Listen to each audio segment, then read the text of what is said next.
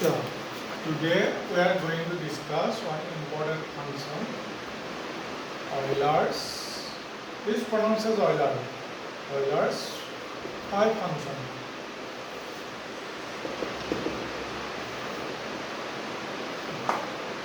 Definition: for n greater than or equal to 1,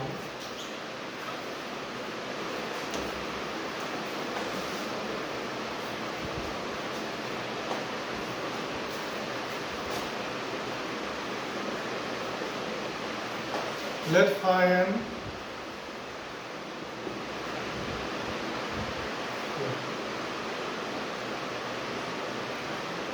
no, it should not that.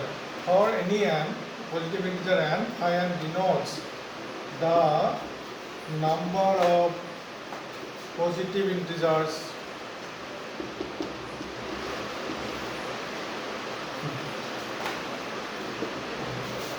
not exceeding and that are relatively prime to n. So Euler's phi function, how it is defined? Phi n means the integers in between 1 and n, integers in between 1 and n which are relatively prime to n. Yeah, I will give you one example.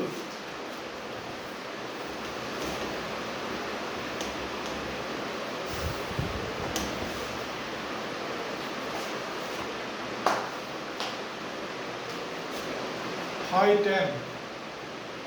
10 means, so in between 1 and 10, the integers not exceeding 10. Which are the integers not exceeding 10?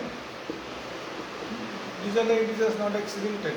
Out of this, which are relatively prime to 10? 3 is relatively prime. Then 7 is relatively prime. 1 is relatively prime. Oh, I forgot. Just 1 is also there. Relatively prime means GCD is 1. 1 and 10 GCD 1. 3 relatively prime, 7 relatively prime, 9 relatively prime. So what is phi n? Is 4. 4 numbers of integers are relatively prime to 10. That's why phi 10 is 4.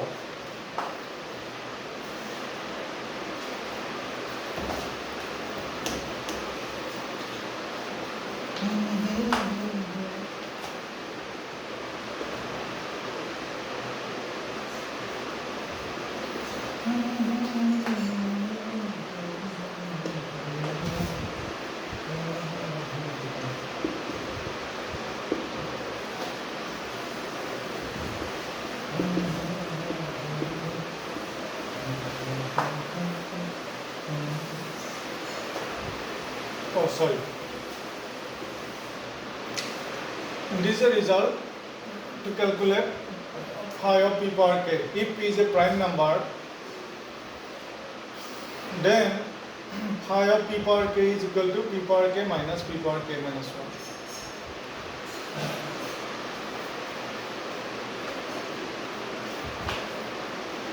Proof. The proof is like this.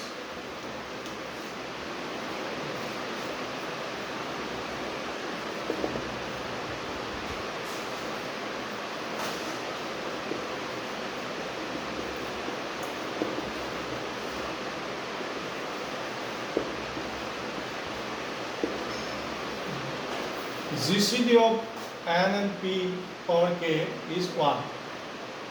You see, GCD, what are the divisors of p power k? Only p is prime divisor of, the only prime which divides p power k is p. So, if p does not divide n, then GCD of n and pk will be 1. Yeah. In between 1 and p power k,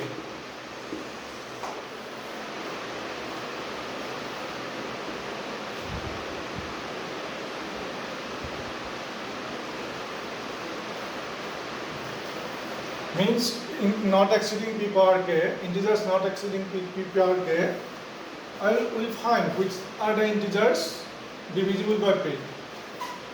here are p power k integers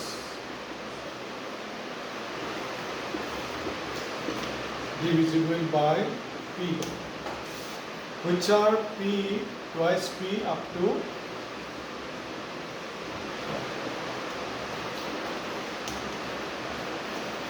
in between 1 and p power k, there are p power k minus integers which are divisible by p, which are p twice p and p power k. Yeah. So how many integers are divisible by p? P power k minus 1. So how many are not divisible by p? How many are not divisible by p? In between 1 and p power k, there are p power k total. Then p power k minus integers are not divisible. Not divisible means GCD is 1. That's why phi of p power k is p power k minus this thing.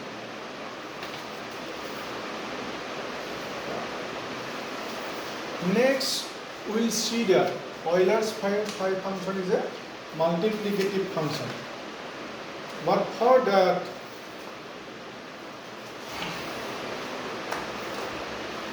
we need to know this result.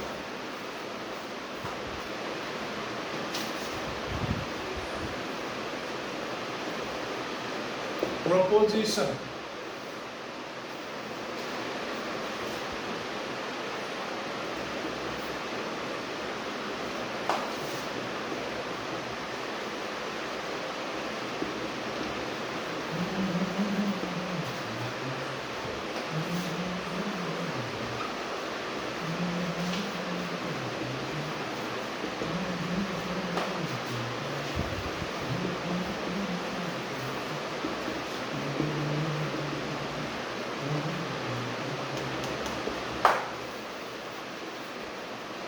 for any three positive integers and GCD of A, B, C, GCD of A and B, C is 1. If and only if GCD of A, B is 1 and GCD of A, C is 1. So we prove this. We will need this result we will need this result to prove that Euler's function is a multiplicative function. So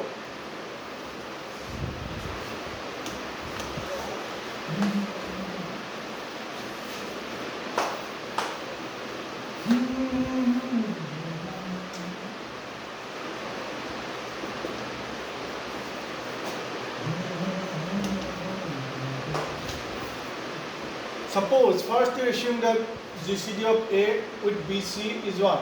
So we have to prove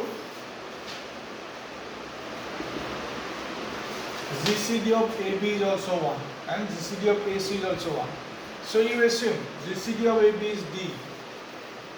Therefore, D divides A, D divides B. D divides A, D divides BC. Whenever GCD divides A and B both, A, B, and when D divides B, automatically D divides BC. This implies D less than equal to GCD ABC. This implies D is equal to 1.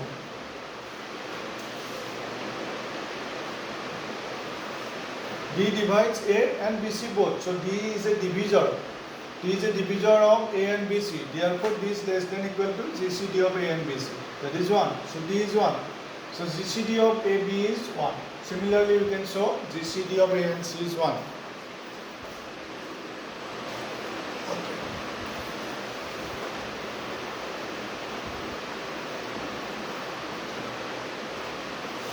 Conversely,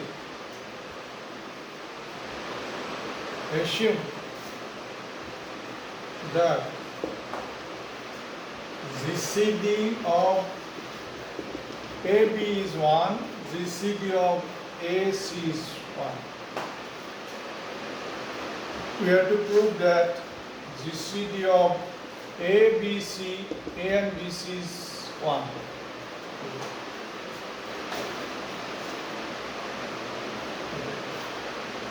So you assume GCD of A and BC is D dash. So assume d dash is greater than 1. Then there is a prime p which divides d dash. Now you see d dash divides a, d dash also divides bc.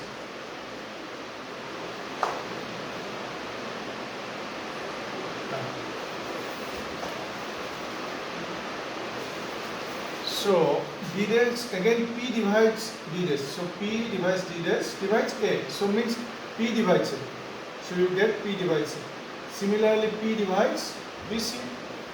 You know the property of part when p divides the product bc, p divides b or p divides c.